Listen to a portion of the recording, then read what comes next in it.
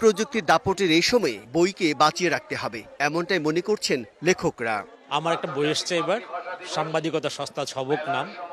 মূলত এই সময়ে সাংবাদিকতার কি অবস্থা, কেন এই অবস্থা, আমার সেই জায়গা থেকে আসলে এই বইটাকে লেখা।